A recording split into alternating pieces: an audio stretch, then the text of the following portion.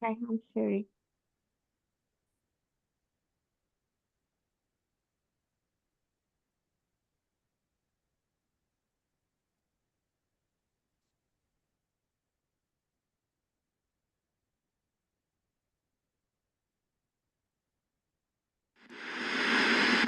For the first time in South Africa, A live performance mid-flight at 30,000 feet. To kick off this groundbreaking innovation is 27-year-old Divine Mahara. This is also the former Zimbabwe's Got Talent winner's first ride on a plane ever.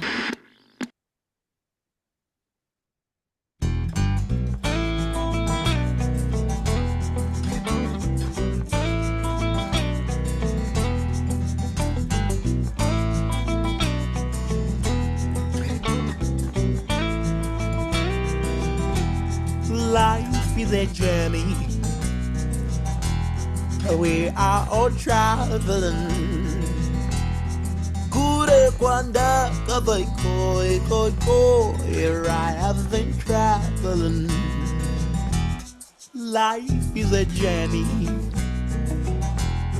We are still traveling.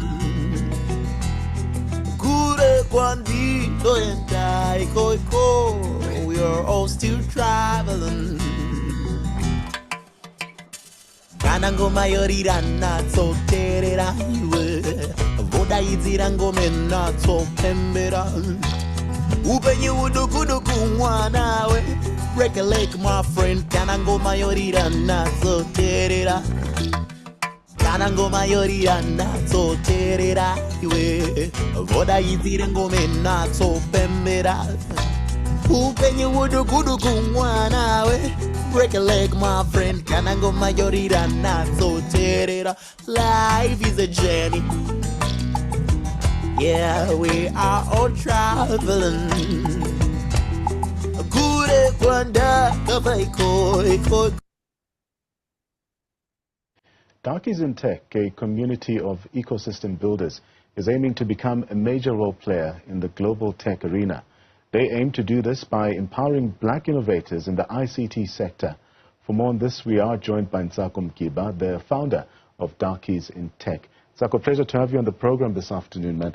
Firstly, tell us a bit more about how this initiative was actually founded. How did the brainwave come about? Sure. Well, first of all, Ndandla, thank you so much for having me today. It's a privilege to be here and to represent our community. So Darkies in Tech is a story that started in February 2021, based out of a moment of frustration of just the lack of transformation in the tech space. So I'm a founder myself, and trying to build my business was very, very difficult. Trying to access spaces where certain knowledge was being shared, where networks were being formed, and where capital was flowing. I usually found that when we did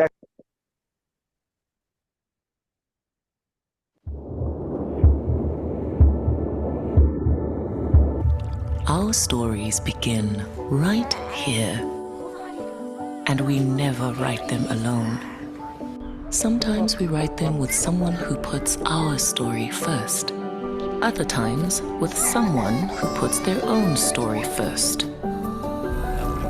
There'll be pages we love to read again and again, and some we'll barely remember. Sometimes we feel like the hero of our story, and other times, not. There are stories of dreamers, stories of creators, stories of strivers, stories of believers, and we're inspired by them all. That's why we invite you to write your story with us. Your story matters.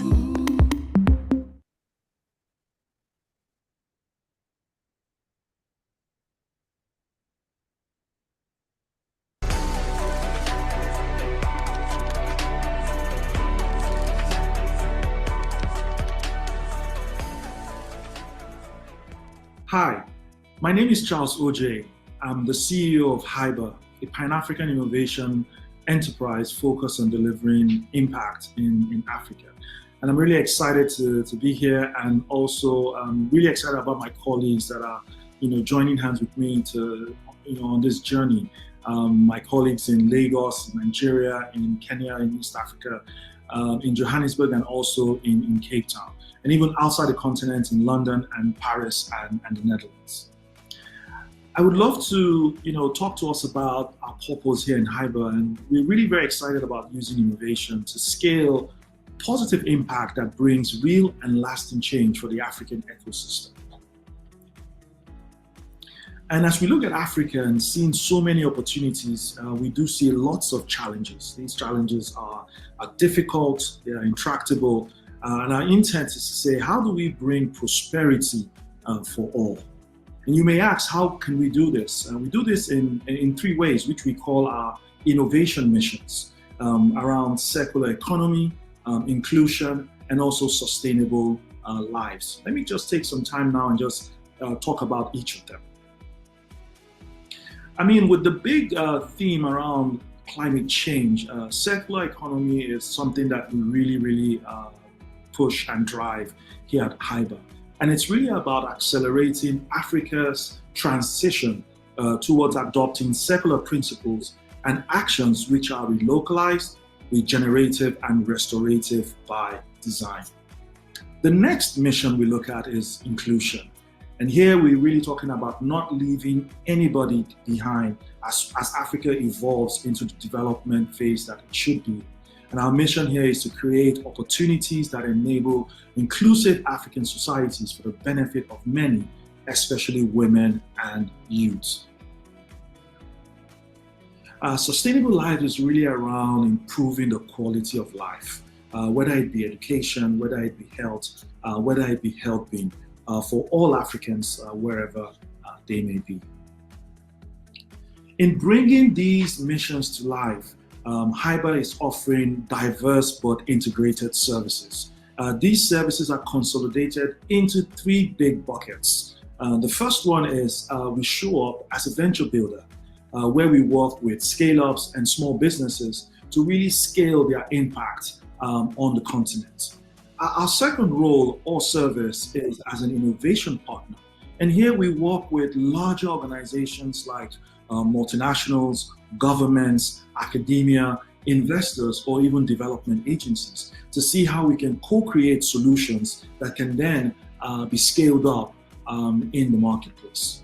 Our third service is, looking at being a systems enabler where we solve, very complex and sophisticated problems in the market, whether it be unemployment or even poverty.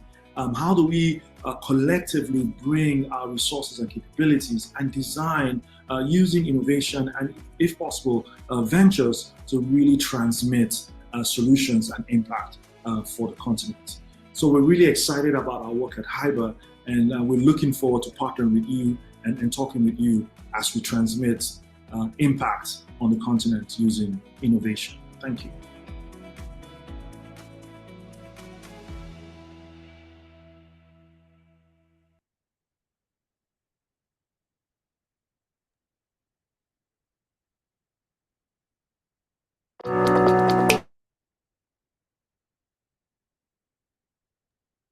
Okay, thanks for that. Hi, everyone. Thank you so much for joining.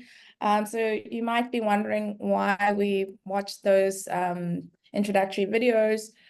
We are having this masterclass in conjunction with and supported by HYBA, which you will have heard more about in the introduction. So a special thank you to them. And this is part of part 3 of 4, which is essentially a series of webinars and masterclasses that HYBA hosts every year, centered around youth across various topics. So obviously mental health is one of those topics that is very important and topical, obviously. I'm the founder of Amari Health, formerly the Pocket Couch, and we provide culturally competent, convenient, and cost-effective mental health solutions to organizations and individuals. You may formerly know us as the Pocket Couch, and we recently had a rebrand. But I'd like to just frame how this discussion is going to run. So we're going to have a panel discussion with our three panelists that I'll introduce shortly. The idea is just to kind of keep the panel discussion as relatively short as possible, because the idea is for us to have quite a collaborative and interactive discussion. Obviously, mental health is not necessarily this, a sexy topic, and there's a lot of stigma around it. So if you do have questions, please submit them. You can send them directly to me or the HIBA host, Rele. And then you can also put them in the chat if you're comfortable. After we've had the session, we'll have a Q&A.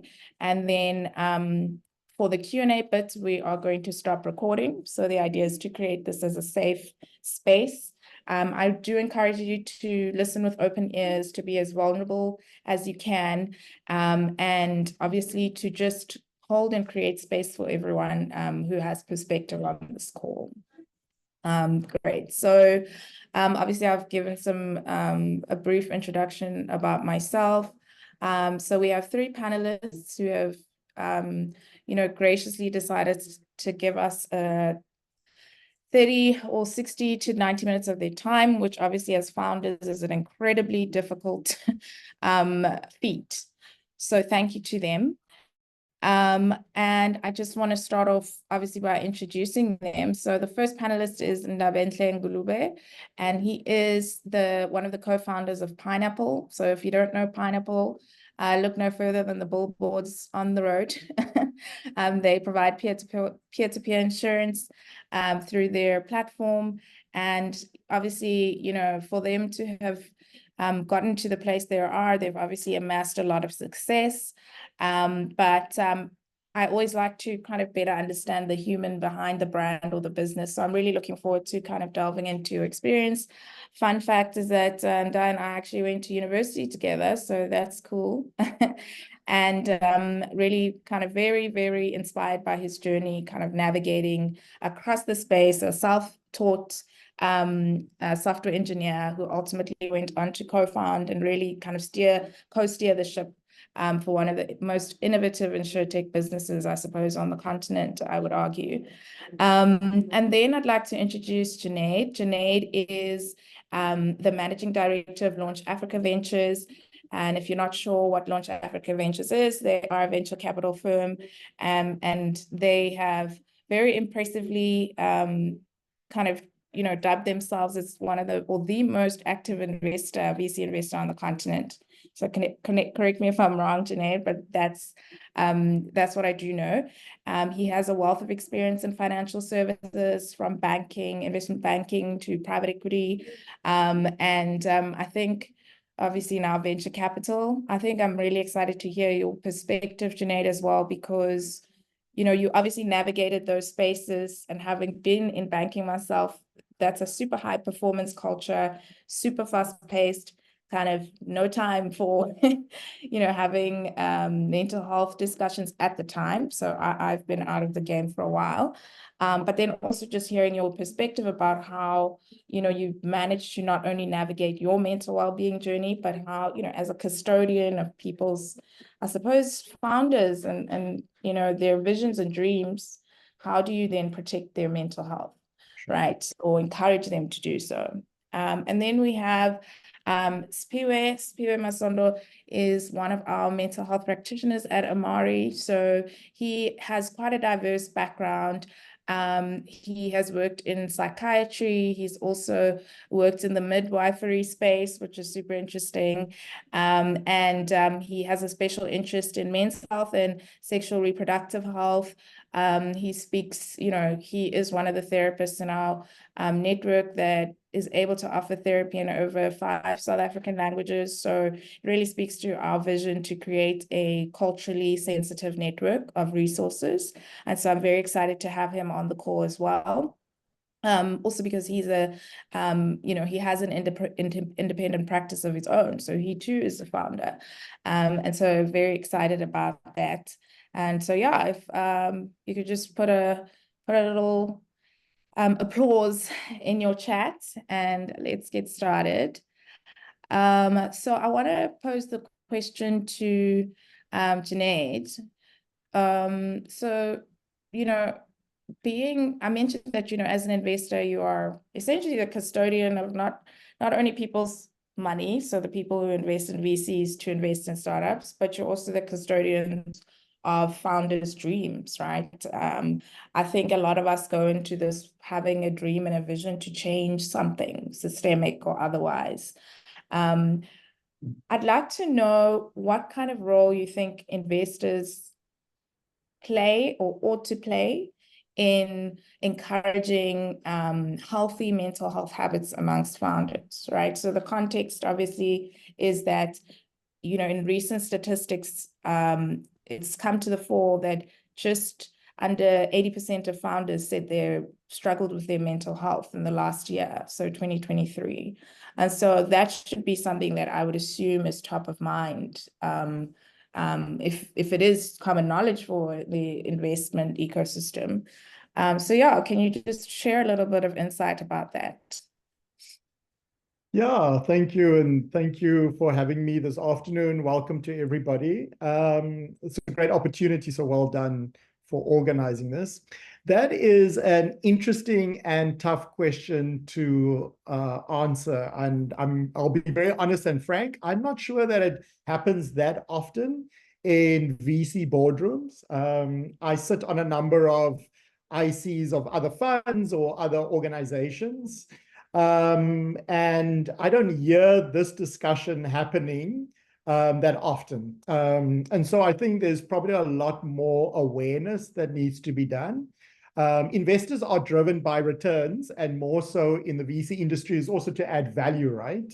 I think for me, that's probably the break between PE and VC is that, as you mentioned, I think in VC, investors are more aware that we are building, and we're building a team's dream, and how do we support that, and different ways to support that. From an organizational perspective, I don't hear a lot of dialogue around, okay, well, the founders of these businesses are constantly going through financial stress, the pressure of multi-stakeholder management, which I think is such a big pressure point for founders, because you've got investors, customers, staff, ecosystem partners. Managing burnout is what I hear from a lot of our portfolio companies, especially in the past 18 months when we had an economic downturn. And then particularly around females and then our Black entrepreneurs is the constant imposter syndrome, where they feel they have to work extra hard to get into the rooms, to feel validated. But I don't hear that being transported back into boardrooms. And it's probably not only VC. I don't see it in other boardrooms being discussed as well. We specifically, we've got two approaches. One is we obviously high volume. We've got 158 companies in our portfolio in the past 3 years. So what we said to ourselves as a strategy is, well, the thing that we do well is invest. So we specifically invested into a mental health app. I think we've spoken about it on Kupatso. And through that, all of our founders and the founding companies, the teams that support those founders, they've got access to those. On an annual basis, they get free credits. So we get a number of hours, and anything above that, they get really discounted rates. That was our approach to say, at volume, what are the solutions that we can do? And of course, now we sell that to other VC funds, etc. Again, it's that interaction of the more commercial returns this company, it's better for us. So let's bring them more customers. But I think the second thing that we've done is we've started hiring people that are also executive coaches. So I'm an executive coach. Our head of portfolio and head of operations, also an executive coach. And what we do is we allow some coaching sessions for founders that have reached out to us to say, listen, I need help. And I can tell you there's always themes. And last year's theme for me personally, I probably coached 17 of our founders, was around when I leave my job, how do I not take those stresses to my house so that my kids and my partner don't also have to endure the stresses that I have during the day. And that sort of switching on and switching off is a hard step for people, and some people just need their hand to be held during that process. What can be done about this? I think as investors, as an ecosystem, we need to come up with a strategy, whether it is to invest more in companies that, like we've done, that can then help our underlying portfolio companies. Is there a network effect that we can have by combining with a counseling service for the ecosystem? I don't think that as a ecosystem, we are really good at sharing deals, and on the other, not so sharing investor information. But maybe there is a middle ground that we look at what our founders need from an ecosystem perspective, especially around mental health. Yeah. Yeah, thank you for sharing that. I think it's also great that, there's a measure of honesty and candor there, right? Around, saying or asserting that you don't really hear that in boardrooms. And I mean, it's obviously not exclusive to the VC landscape. That's fair. But I think, just the insight around it needs to be a conversation that is amplified more is a good step, right? I think what's also interesting for me is just thinking about, let me pose this question to you, Nda. In navigating your journey building Pineapple, obviously you have investors and a whole bunch of other, stakeholders, but do you think there were points in your journey where, your community, let's say the ecosystem, could have supported you on your mental wellness journey?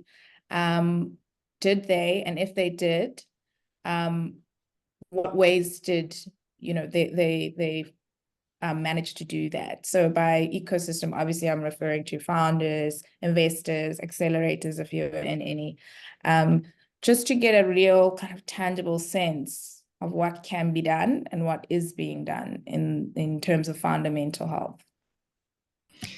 Cool. Thanks so much for the question, Onks. And first and foremost, thank you so much for having me on this panel. I really appreciate it. So with us at Pineapple, our journey was pretty unique in that we were essentially incubated from the get-go by a German reinsurance company named Hanover Reinsurance. They basically took us in and gave us office space in the office in Rosebank, and provided us with mentorship, guidance, technical expertise, as well as access to wellness assistance when it comes to issues of mental health.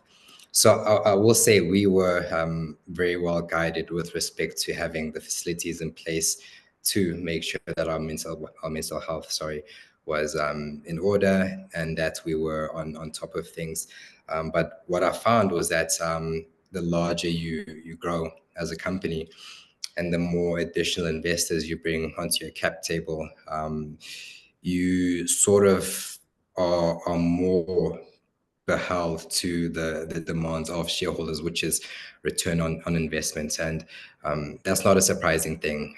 Companies invest in you for a reason. They want to make returns. And as a consequence of that, there is less of an understanding in terms of your mental health. So I think as you transition from a small startup to a more medium-sized to large organization, you as a founder, I think you also have to start making more allowance for that, and that expectation of investors really putting more demands on you for results. And part and parcel of that is you need to start then developing your own mechanisms of taking care of your your mental health. So to answer your question, yes, we found that there was a lot of assistance at first in the form of this incubation process that we're in with Hanbury. But as we've transitioned to a much larger organization, I found that the onus has fallen onto myself now to sort of take care of my mental health and find the processes and procedures that make sense for me and allow me to stay healthy in that regard. Okay, yeah.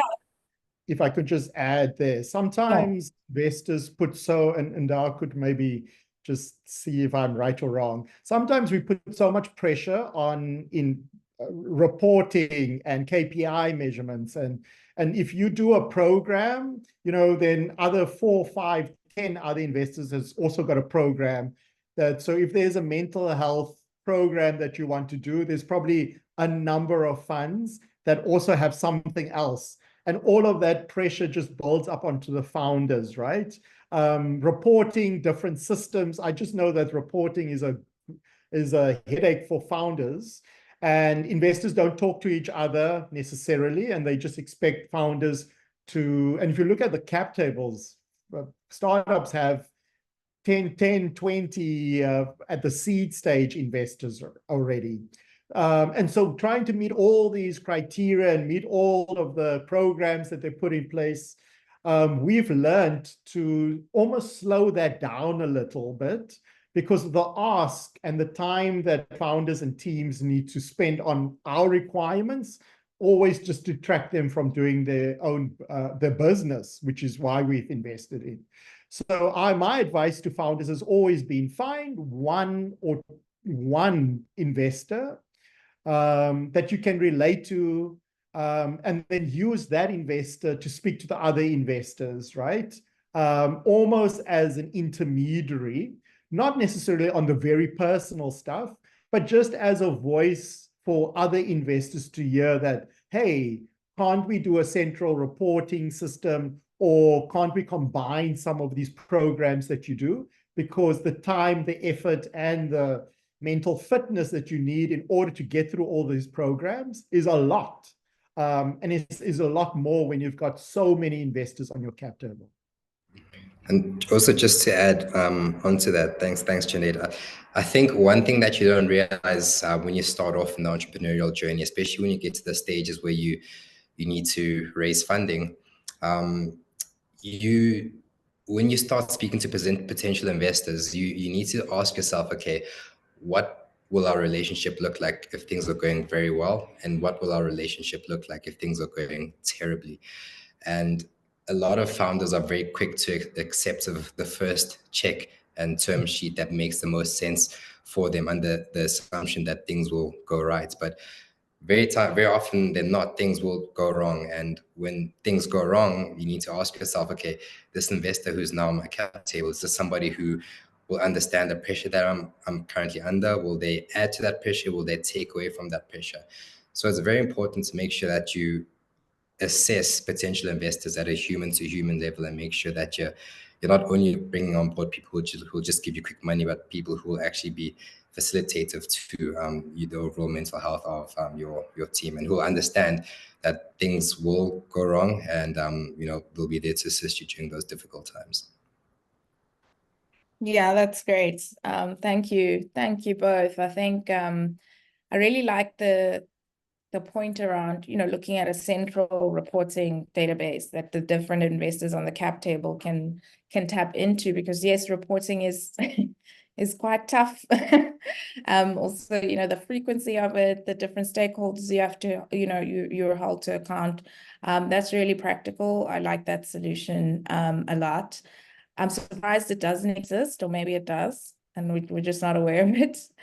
Yeah, and I think that's also a really good point about really trying to be intentional about, what kind of relationship you see, evolving between you and your investor, not only when things are going great, but also when things are going wrong. Oftentimes it's not as easy, especially in the beginning, because, it's not like you have a plethora of checks waiting for you at the door. So it's not always easy to be as selective, but it's worthwhile, being mindful about, at least. So, Spiwe, I just want to tap into your expertise, right? You obviously have a special interest in supporting men's mental health, and this is this month is Men's Health Month. What are some of the signs that founders or business owners, anyone in general, but what are some of the signs we can look out for in terms of burnout? If we know, if we have some red flags that can help us ascertain if we are on the road to burnout. And can you just kind of tap into your expertise around, practical ways one can address those before getting to the burnout stage, before crashing and burning? Thank you, Onkopotse, for inviting me tonight, and greetings to all my fellow panelists and all the guests that are here tonight. It's quite an interesting topic. I've already made a lot of notes in 2 minutes time, and both the speakers, Janite and Mr. Dabentle, have mentioned a lot, but that's just to focus on burnout. Burnout needs to be recognized as a medical emergency first, because when you look at the symptoms of burnout, they're actually a syndrome which are divided into physio, psycho, and social factors. So you look at it as burnout, but however, it branches out into 4 compartments in your life. For example, the first signs that are physiological, you start feeling tired, you'll have muscle aches and cramps, a headache as well. And one of the symptoms of burnout is irritability as well. And if it persists and it becomes worse, we have what we call anhedonia. Anhedonia is what we call a sudden loss of interest in things that you used to love and find joy and enjoy doing before. So those are the things you need to look out first. Even irritability. So irritability is one other sign of burnout that you need to be cautious of as a founder. Now, founding a project is very stressful, right? And Janet mentioned financial stress as one of those. And one thing we need to realize is that once stress is triggered in your body, we have a condition or a medical condition that we call acute reaction to stress syndrome. So what actually happens is that your body starts a series of mechanisms to respond to the stressful event that you are in. So we call it acute reaction to stress syndrome, meaning that acute, the symptoms last for a short while. Reaction, you are reacting towards a stressful situation, and syndrome is that you are having a cluster of symptoms at the same time. And what is responsible for that? We've got organs and hormones and chemicals in our body that assist us to respond to stressful and emergency situations. Now, remember, I did say burnout is an medical emergency. So your body will try to counteract that by going into an acute reaction to stress syndrome mode. So basically what it does is your adrenal glands, which are located just on top of your kidneys, will release an excessive amount of adrenaline just to try and encounter and to counteract the stressful event that in front of you, just to give you a boost, just to give you that confidence, to go through. So that's just the body's natural mechanism to counter the burnout. That's why sometimes it takes time for you to pick it up that you are burnt out, because your body is busy compensating in the meantime without you being aware, and you think you are coping. So you'll be exposed to these high levels of adrenaline. That's why sometimes you feel like your hands are sweaty, you're having palpitations, that's the result of the adrenaline in the system. And it's triggered by what? You not having finances for your project. So, something that begins from finances, now it has caused a whole physiological mess. And when you go further, you realize that your cortisol levels will also go up. Your body increases your steroid levels as well. So the reason for that is to create a level of alertness, right? But the problem with that is it can create hyper alertness, whereby you are having now sleepless nights because of these excessive cortisol levels in the system. You see, so now you see that doesn't help the burnout situation, because one of the symptoms of burnout is feeling tired. You see, so now the body is working against itself. Now that's where you're going to start feeling ill, because you want to sleep, however, you're hyper alert at the same time.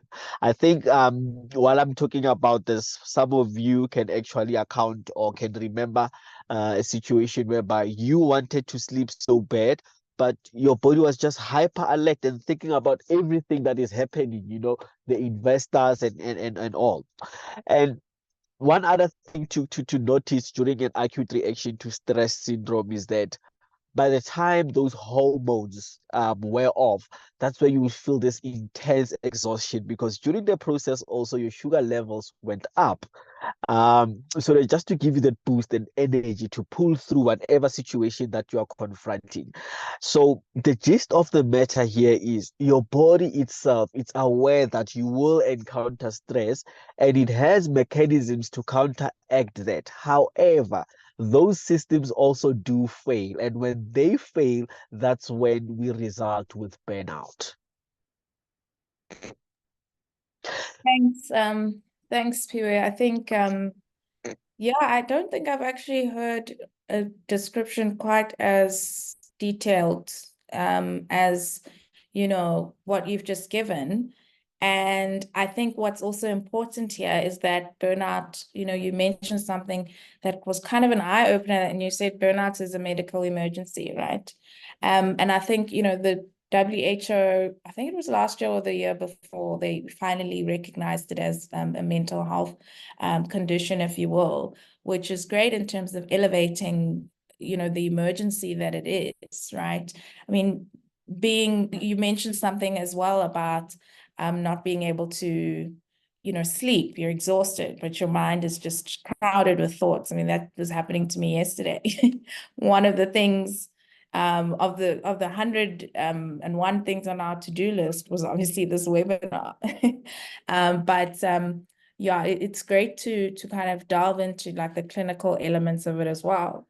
I think that's also important, right? Because oftentimes I say to people, I wish people would treat mental health like they treat their physical health, right? So if you break your leg, it's like standard. You go into the ER, there's a triage, you see a doctor, orthopedic surgeon, you come back, you probably get a couple of days of leave at work, right, to really recover. If, however, you are having or you've been diagnosed with burnout, or you're having a major depressive episode, one, it's very difficult for people to see that. So that it makes sense that it would be slightly more difficult to have the conversation. But two, there's no real, I suppose, not nearly enough empathy, right? And I think that comes from a lack of understanding, not nearly enough empathy to say, hey, this person actually needs a break, right? So thank you for that. I want to just kind of maybe pose this question to the three of you, right? And it's to say, taking a step back and just looking at mental health in general, at least, so for context, the statistics in our kind of client portfolio are kind of 60% of our users are women, 40% are men.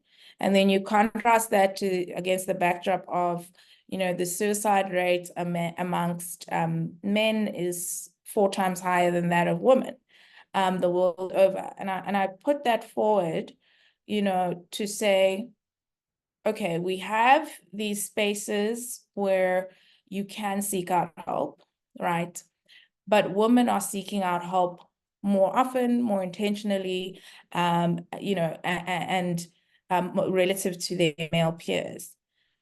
This is obviously a very layered discussion, but why do you think that is the case, especially in light of, amplifying the conversation around mental health and, just really conversations around combating stigma coming to the fore? Why do you think that there's this disconnect between men needing help and them actually getting help? Maybe. Thank you. Okay, sorry. Oh, I was about to go first. It's Piwe. Okay, great. I hope you don't mind. Yes. Um, Hopoza, you just, touched a very important subject here. And I always say that, the disconnect between men and mental health is a matter of perception, it's a matter of socialization. Because men perceive themselves as leaders, they're socialized to be leaders. And Junaid, touched on this fact whereby he says that females feel this imposter syndrome when they enter into the business space, right? It's the same kind of perspective when it comes to men, because they are being socialized to run their own show. They are being socialized to be accountable from a young age.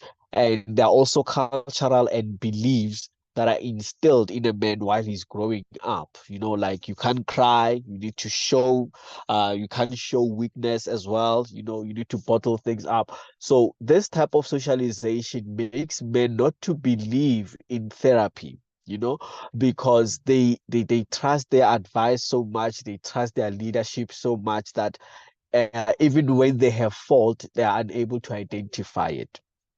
One other issue when it comes to men not seeking out mental health assistance, I would like to point the finger at us as therapists. We tend not to be culture sensitive as well, because men are people who tend to be so in touch with their identity. Now, if you are not sensitive of a man's identity, it's easy for you to lose touch with their beliefs, and your approach might not be sensitive enough to assist the man to open up. Another issue could be the issue of language. Again, issue of identity. Men like to express themselves in their own language because they feel man enough. Mangikhuluma isiZulu ngiyindoda. Mangithetha isiXhosa, so it's all perception based. It's all psychologically based. And I always say to men, you need to be patient enough towards yourself before you go and seek therapy, because this is a whole new game for you. You are going to learn how to listen. Men listen less, they talk more. So it's all a cultural change and all a cultural shock. But believe you me, to all the men who are here, there's nothing absolutely wrong with therapy. And therapy also doesn't take decisions for you. It guides you, it assists you to reach the decisions. Now, that's one of the things that men fear going to therapy for, because they feel that someone is going to make decisions for them and about their lives. So hence I say it's all a matter of perception and socialization as well. Thanks, Piwe. I agree. Yes, Sipiho, I agree a lot with you with respect to the socialization, and I guess I'll answer this question from the perspective of an entrepreneur. I mean, you see it every single day in terms of how the West, pop culture, how Hollywood sort of portrays what the male entrepreneur looks like or should look like. The very cutthroat, Elon Musk-esque, sort of Mark Zuckerberg, decisive, very sure of himself. We've had this picture consistently painted to us that a successful entrepreneur should be that. That's a prototype that a successful entrepreneur should meet. And as an entrepreneur, especially as a male entrepreneur, I find that when men find themselves in struggles and they see themselves deviating from that picture that's been painted by society, then they struggle to actually have honest conversations with either their peers, their colleagues, or family and friends with respect to the mental health challenges that arise because of those challenges, because it's seen as a deviation from that model. And you almost don't want to come across as weak. At least that's what I've seen from a lot of male founders. It's extremely difficult for them to have those honest conversations and admit that they actually need help. But I've found that women are much better able to actually tap into those areas of vulnerability within themselves and have those conversations. And I really urge all men to try tap into that side of themselves as well, because it really helps. It's not a sign of weakness to have those discussions. It's not a sign of weakness to to ask for help. It's not a sign of weakness to tell somebody you just need a bit of a break just to bounce back mentally. And yeah, I think we just need to stop holding on to this vision of what a successful entrepreneur should look like, because the actual journey towards success is really sort of, it meanders. It's up and down, left and right. It's not just like a straight dart throw to the bullseye. So yeah, yeah, as somebody who's going through that journey and who's seen the ups and downs, the left and rights, the meandering pathways, you have to just embrace it and just know that, you know, if you're feeling down, just speak to somebody. If you're feeling up, enjoy it. But yeah, just embrace your true inner feelings. Yeah, thanks. Yeah, it's such an interesting question, and as you say, it's very layered, right? So we have to remember that the women's movement has been going on for 40, 50 years, right? And so through that women's movement, the girl child has been hearing these messages from the media, from society, about how she needs to be empowered, take charge. But there's been no voice speaking to the boy child, right? It's been extremely limited, except for the old narrative, which is all around masculinity, right? And now in the past 10 years, we've adopted this term called toxic masculinity. So this boy child has been left out of this dialogue of community, of feeling a sense of, okay, well, I'm part of a broader brotherhood, and that I can express my feelings. And so certainly when I grew up, or when I was an entrepreneur, even now as an investor, there isn't enough platforms for me to express how I truly feel. I think sitting here, it will be really hard for me to say to my other investor peers, oh, I'm struggling, right? I would have to take 2 or 3 big steps and risk a lot for me to do that. But then I ask myself, where would I do that? And there's not a lot of these circles or networks that I can do that in, that I can think of. And so we need to work from the boy child onwards to the adult, to the entrepreneur. There's a lot of layers that needs to be covered in order to address that. And Nda is very right. You need to find your tribe that you can trust. So one of the practical things that I've done in the past 15 years, I'm obviously a lot older than most people on this call, but in the past 15 years, when somebody said to me is, you need to have your own personal board of directors. So I manage my life with a Junaid board of directors, and I treat it like that because that's kind of what I know well, is running companies. Is I've got a chairman, I check in with him once or twice a year, and that's about the high level stuff that Junaid needs to do in the next 12 months. And he's sort of the North Star. He's like, that's going to take too much of your efforts. It said last year, I set up a personal foundation. It struggled, and it was, do I close it because I'm leaving part of my dream behind? And so he was the North Star.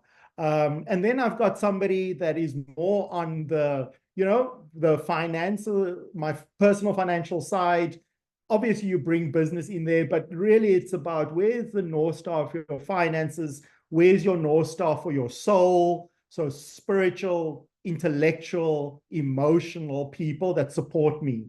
And I found that doesn't happen overnight. It's taking me 15 years to put it, because it's a real intimate personal relationship. But I can pick up the phone and have a really deep, meaningful, intimate conversation with somebody with one aspect of my life. It didn't happen overnight, but it's work that you have to do. And I think as an entrepreneur, that's always my guidance, is I always ask, who's your tribe, right? Who are you calling when you are feeling burnt out? And Sviwe gave the best definition of burnout, actually, that I've heard to date. But a lot of these entrepreneurs aren't building out their networks because you are so tunnel visioned in building the business.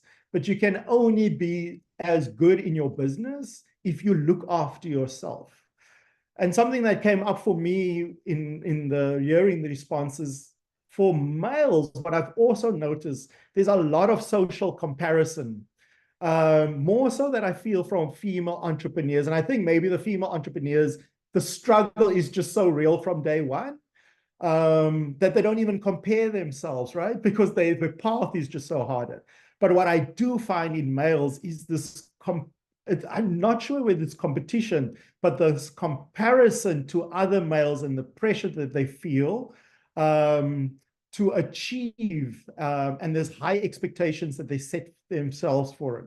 And I often say to them is just manage your expectations, because this is a journey, right? And you are playing the lead in this journey, but you also need to play the lead in your own life. And those discussions are hard to have with entrepreneurs, because they themselves haven't had the time to self-reflect and self-care, because it's just not in our societal DNA that the boy child needs to do those things for themselves. We're not taught it at school, we're not taught it at university or in other structures. The church, maybe some people find it there, but I don't think that there's enough structures for the boy child to grow up in an environment where self-care and self-reflection is core to being a man. Thank you. Thank you, Spiwe, Nda, and Junaid, for those insights. I think just working backwards, my reflection on your answers is kind of threefold. So one is thinking about the role that community plays in, fostering good mental well-being habits and safe spaces for vulnerable discussions around mental health.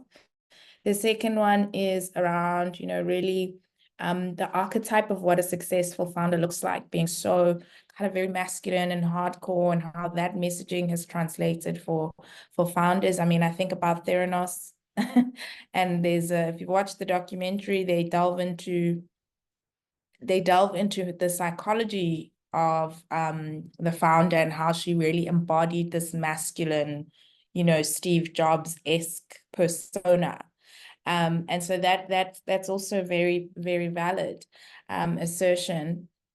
And doubling down on that, I think the question I have about community, right, is, we're part of these communities as founders, right? I'm very big on fostering community and connection, and that's just something I'm really passionate about. So Junaid and Da, you're part of Darkies in Tech, and there's a couple of Darkies in Tech community members that are here, and different communities. So my question is, how do we then, because there are no spaces that we consider safe, let's say as men in particular, how do we then go about really practically creating communities or leveraging community spaces to be vulnerable, right? Because one of the things that I find difficult to navigate is when we have these discussions. This call is I'm very, very glad that the dynamic is different. But when we've had these discussions, and tried to create safe spaces, the turnout is typically 70-30, right? So if we are trying to create the spaces and the spaces are not being utilized, where then is the how then do we bridge this gap? Because one of the very interesting points that a founder in a previous webinar noted is, why is it which I don't necessarily resonate with, but she said, why is it our responsibility as women to keep rallying men to look after their mental health, and to keep creating these spaces for them to be vulnerable, and to keep encouraging them to be vulnerable? Why are they not taking it upon themselves to create their own spaces? Because I can have all sorts of assertions about what a safe space looks and feels like for a man, but I'm ultimately not a man. So maybe I'll pose that question to Spiwe, where do you envision our starting point is to create safe enough spaces for men to actually use and tap into, such that they can benefit from the very real positive elements of leaning on community? Okomboze, this is actually a funny one. Spaces are there for men, but I agree with you. It's not safe spaces. It's not conducive spaces. Most men take their problems to the shebeen. Uh, most men take their problems to the corner, you know. Most men take their problems to, their side relationships. So spaces are there. However, it's not conducive spaces that can resolve issues that are, that are relating to our mental health issues. It's just a matter of an environment. Now, I once attended a men's conference that, we were outdoors. And I attended another one where we were indoors. It was totally different. They spoke more when we were outside because we were next to the braai stand. But they talked less when we were inside because we were in a conference room. So where I'm trying to go with this is it's about the therapist understanding the psychology of a man, what works for a man, because most men that I see in my practice, some of them I don't even see in the office. Some prefer home visit, some prefer we can meet and mug and bean. And at the end of the day, we did have a safe space. We did have a conducive session at that time. So I think it's just a matter of an environment. Men don't open up easily in a room that is colorful with cushions, and someone who's holding a paper and waiting to write. It's just a matter of manipulating the environment for men. Men also like to hide their faces, so I do a lot of audio telephonic sessions with men than face to face, and video calls. So it's just about understanding the man, because sometimes he wants to consult, but the issue is so embarrassing for him to reveal his identity. So you'll just say, no, it's okay. We'll just have it as a voice call, because some of them don't even want to cry in front of you. So it's just about understanding a man and the psychology of a man for who he is, and not attempting to standardize our approach when it comes to mental health. It won't be the same for females as it is for men. As a lady, you can just wake up at 11 o'clock, you have a problem, you just email Spiwe. For a man, that decision can take 3 months. So yeah, I think it's just a matter of environment as well. Thank you. I think also to add on to that, that was a great point, Spire. I think as men also, we need to take accountability of the things that happen in our immediate circles of sort of influence. So this could be your very close friends, it could be your very close cousins who are men. How do you, or how does somebody else in the group react when somebody shares a problem and then another person chimes in by saying "Sba weak"? Are you calling them out? Are you correcting that behavior there and then, or are you normalizing it and allowing it? So I really think that, especially those of us who want to be champions of mental health awareness amongst men, we need to take accountability in terms of what are we doing? Are we calling out people in those immediate areas of influence when they say something that is insensitive to somebody else's mental health well-being? A great example that I like to use in terms of it being very possible for this culture to change amongst men is if you take a look at something as simple as fashion, skinny jeans, for instance. 10 to 12 years ago, if you're a man wearing skinny jeans, you would be laughed at, and it would be considered as something that's soft, as something that's feminine, etc. But eventually, because more and more men started to adopt skinny jeans and normalize it amongst their immediate circles of influence, it's now become such a stock standard thing to wear. You don't even second guess skinny jeans. It's normalized amongst men as a comfortable form of fashion. So the very same thing can very well be possible in terms of mental health, but it takes us men to actually drive the narrative amongst our immediate circles of influence. Yeah, I'll just add one thing that I've learned is, because I do a lot of executive coaching with founders, And the way we leave it is to pass it on. There's a lot of, I've learned that there's a lot of self-healing when you help somebody else without getting anything in return, right? That's the reason that I became a coach. So at the end of all the sessions I have is I then ask the founders to then, whatever they've learned, to then take on somebody and share that and almost find a buddy that you think that you could help. And it's that little tiny movements of one founder helping us another founder that I think over time will make a big change. The nice thing about entrepreneurs is that there's a lot of herd mentality amongst founders. And so it actually just needs a nice initiative, right? That is able to attract the right people. Because like the skinny jeans example, which I love, is that, founders especially want to be at the cutting edge of something. And I do think in the sense of this world, and certainly what millennials has brought to us in this world, is talking more about feelings, right? I have this joke in our company that 60% of my time is spent on feelings and 40% is on actual numbers. And that's the beauty of that millennials brought. I do think that the conversation has moved on significantly, but it's not going to happen at a massive group level. I think it's in these tiny rooms. I think it's this information that all of us now need to spread to another founder so that we can have another session about it. And it's creating the tiny movements that is going to move men's mental health a bit forward. Thanks, Janae, Dinda, and Spiwe. I think,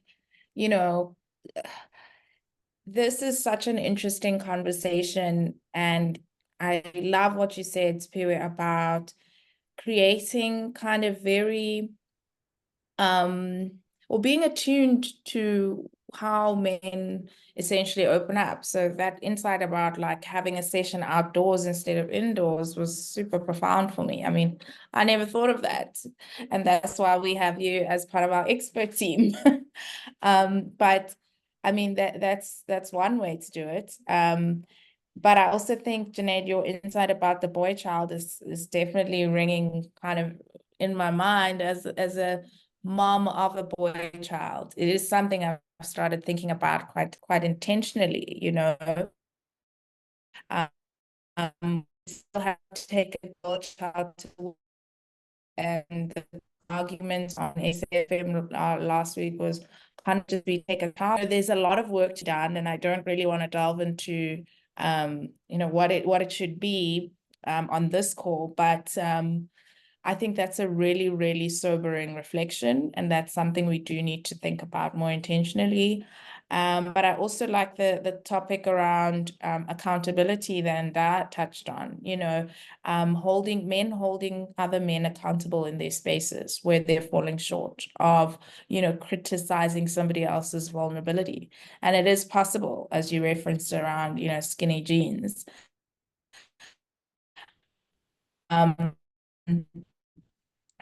Now just kind of coming back to, leading in organizations as founders, as investors.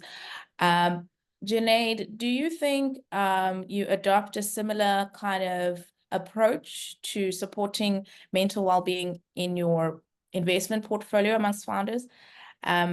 Similar to in your internal team, at Launch Africa Ventures, right? Because I think often it can be relatively easy to fall into the trap of like, not really, I'm not an investor, so I would say not really prioritizing, one over the other because, you're kind of a little bit more distant.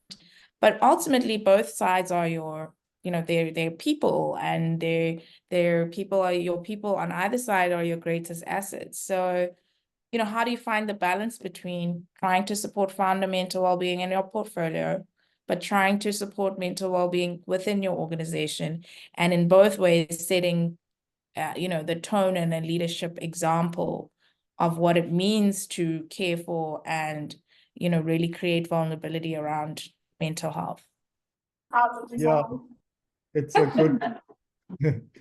a good, I think I fail more on the founder side. Um, we really focus on our team at Launch Africa. We've got 20 people. And because we're high volume, the demands on their time, they have to work so much harder had they taken a job at another fund. And so we are very much aware of volume and deadlines when we do that. I wish we did more, and we certainly don't speak about it often. But I think sometimes in our processes, we make allowance for it. Simple stuff like HR policy, after 3 years, you get 3 months off paid leave, everybody, so that you can go find something that gives you joy and bring that joy back into the organization. So we encourage you to go do something crazy. And so we had somebody that wanted to run like long distances for 3 months. And you can see how that energy came back into the organization. I'm up for my one now, so I'm trying to discover what I'm going to do. And then obviously we encourage them to use the mental health credits. That's something that I ask specifically. They're not measured on it, but when I have my one-on-ones with everybody on a monthly basis, the conversation always starts with what's happening in the family, right? What's happening in your world that I don't see, because I just see documents and deadlines. So I spend a lot of time there. It's going to become more difficult as this team grows because I just don't have enough hours. And so on the founder side is I only get to engage with founders when they're really in trouble. So our team does all the monthly check-in. It's very sort of business driven. And everything gets escalated to Zach and I, but we only get to meet the troubled children. And there we can have great conversations. Being a high volume fund, it makes it very difficult. So what we do every 2 weeks is we get masterclass, we run a masterclass. We have done a few in this space, but it's mainly so business focused, right? And actually next week, we've got one specifically around family, right? It's not about mental health, but it's like, what are you doing as an entrepreneur, but you're also playing a leadership role as a father, as a churchgoer, and how do you manage both leadership roles at the same time? So we've got an expert coming in. But for the team, we have to make sure, because we're all online all the time, we've got people in 9 different countries, that we do those weekly check-ins. Monday mornings, we've got something called Launch the Week, where everybody gets to say, this is my goal for the week. It's obviously business related, but you get a sense of, okay, well, and I specifically look out for productivity and creativity.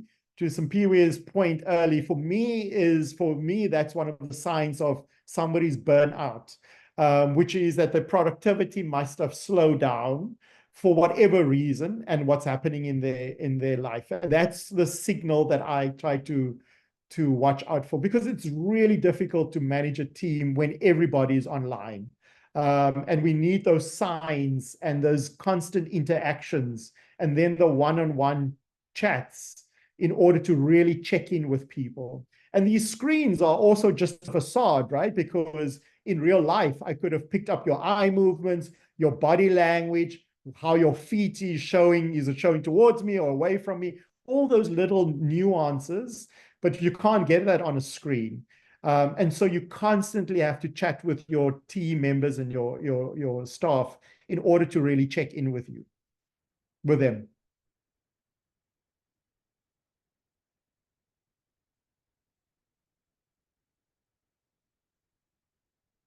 Am I frozen?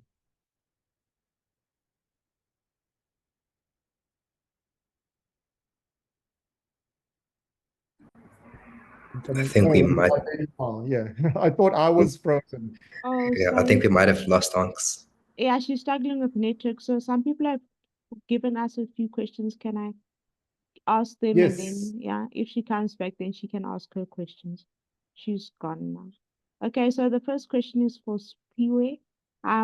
This person wants to know what resources or practices have you found most effective in maintaining your mental well-being?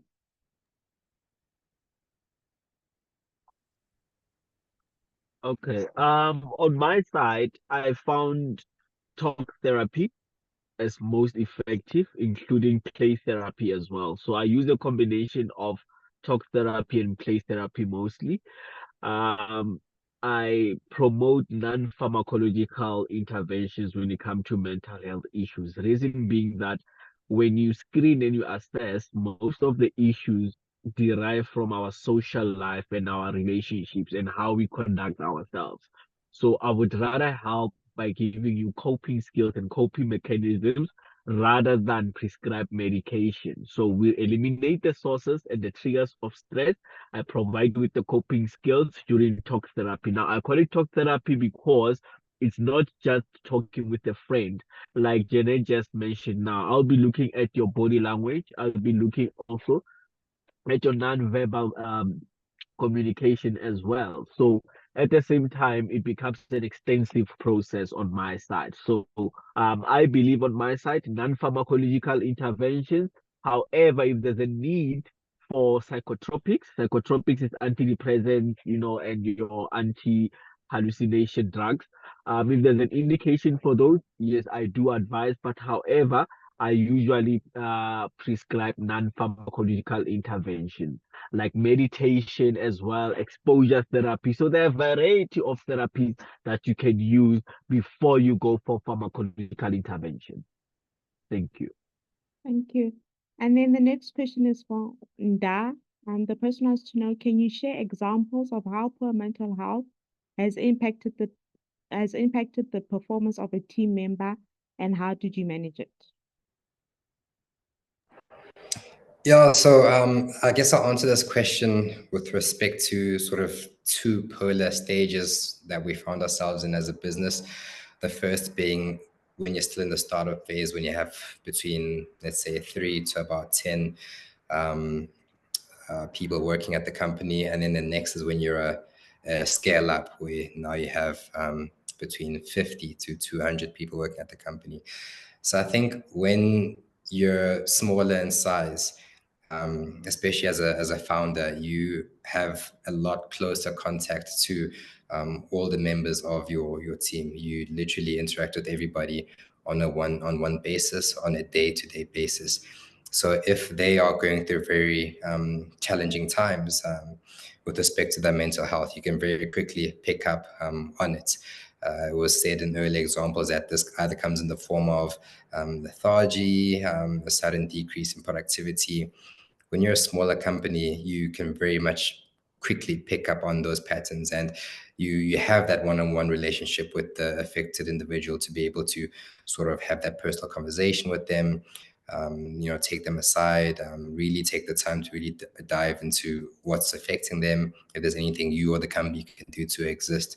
So that's really at your disposal when you're smaller in size, and that's something that we were able to do when we were much smaller in size. Unfortunately, the larger you grow, the less contacts you have, at least the less day-to-day contact you have with every single member on your team. So much so that, especially as a founder, you only find out about somebody's bad mental health state much later on in the process, where things are really, really dire. And by then, the situation is really, really critical. And what we found that helps in that process, and this is something we started rolling out from last year, was in housing a fully fledged HR department that really is well versed in the tools and processes that can be put at the disposal of employees to manage their mental health. So the likes of ICAS, the likes of access to a company paid for psychologist, etc.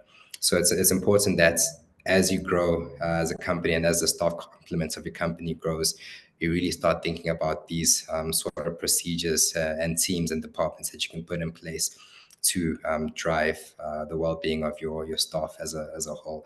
So we initially in the middle of these two stages, we initially outsourced our HR departments, and although that's very good for sort of employee behavior and employee performance sort of issues, it's not the greatest when it comes to employee mental health issues.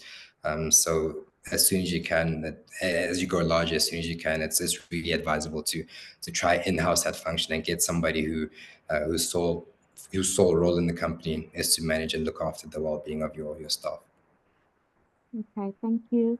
And then my third question is for Junaid. This person wants to know, how do you create a mentally healthy work environment for your team? It says at Pineapple, so I think it's for Ndai again. Oh, sorry, do you mind repeating the question? How do you create a mentally healthy work environment for your team at Pineapple?